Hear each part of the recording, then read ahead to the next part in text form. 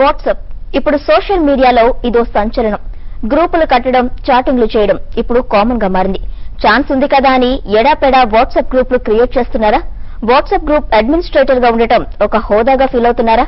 అయితే జాగ్రత్త, group members చేసే పోస్టులకు మీరు బాధ్యత వహించాల్సి వస్తుంది. కుదిరితే మీ చేతికే బేడీలు పడొచ్చు.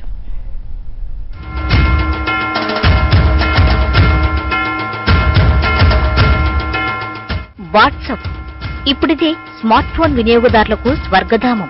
సమాచారాన్ని పంచుకోవాలన్నా, ఫోటోలు వీడియోలు పంపుకోవాలన్నా ఈ మాధ్యమం చాలా ఉపయోగపడుతుంది.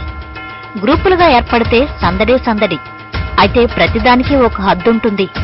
ఛాన్స్ ఉంది కదా అని గ్రూపులు క్రియేట్ చేసి వాటికి అడ్మిన్ గా ఉండే వారికి చిక్కులు పెరుగుతున్నాయి. గ్రూప్ లో ఎవరు పుకార్లు సృష్టించినా, అభ్యంతరకరమైన మెసేజ్లు పెట్టినా అడ్మినిస్ట్రేటరే బాధ్యుడు. మహారాష్ట్ర లాతూర్ జిల్లాలో వాట్సాప్ అడ్మిన్ సహా 3 అరెస్ట్ అవడంతో ఇప్పుడు చర్చనీయాంశమైంది. వాట్సాప్ గ్రూప్ లో సభ్యులు అభ్యంతరకర మెసేజ్లు చేస్తే అడ్మిన్ కి ఏం సంబంధం అనుకోవచ్చు. అక్కడే అసలు కిటుకుంది.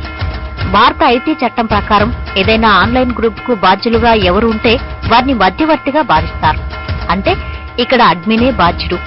వాట్సాప్ లో పెద్ద సమస్య ఏంటంటే అడ్మినిస్ట్రేటర్ తన గ్రూప్ లో పెట్టే ఏ మెసేజ్ ను కూడా డిలీట్ చేయలేడు. సభ్యులను నియంత్రించే పరిస్థితి లేదు.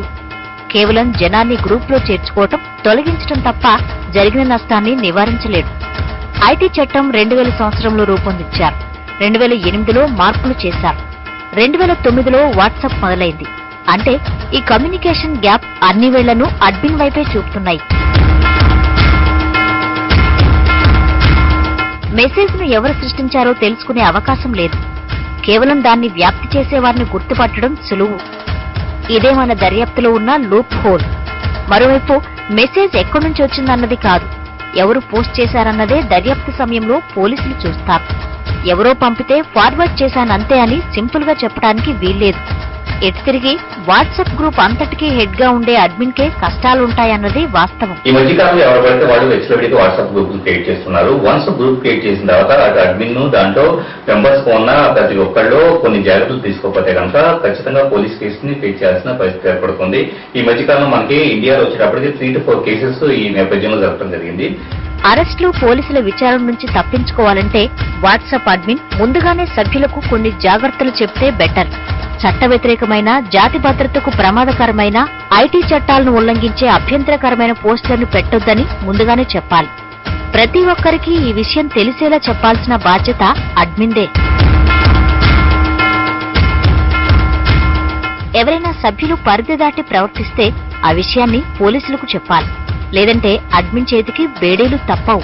గ్రూప్ లో మీ ప్రమేయం ఇష్టం లేకుండా ఒక అడ్మిన్ మిమ్మల్ని కూడా అడ్మినిస్ట్రేటర్ గా మారిస్తే ఆ గ్రూప్ నుంచి బయటపడడమే ఉత్తమం అంటున్నారు నిపుణులు. లేదంటే చేయని తప్పుకు బలవ్వాల్సి వస్తోంది. మెసేజ్ తీవ్రతను బట్టి మెంబర్ కాని వారు కూడా వాటిపై ఫిర్యాదు చేయవచ్చు.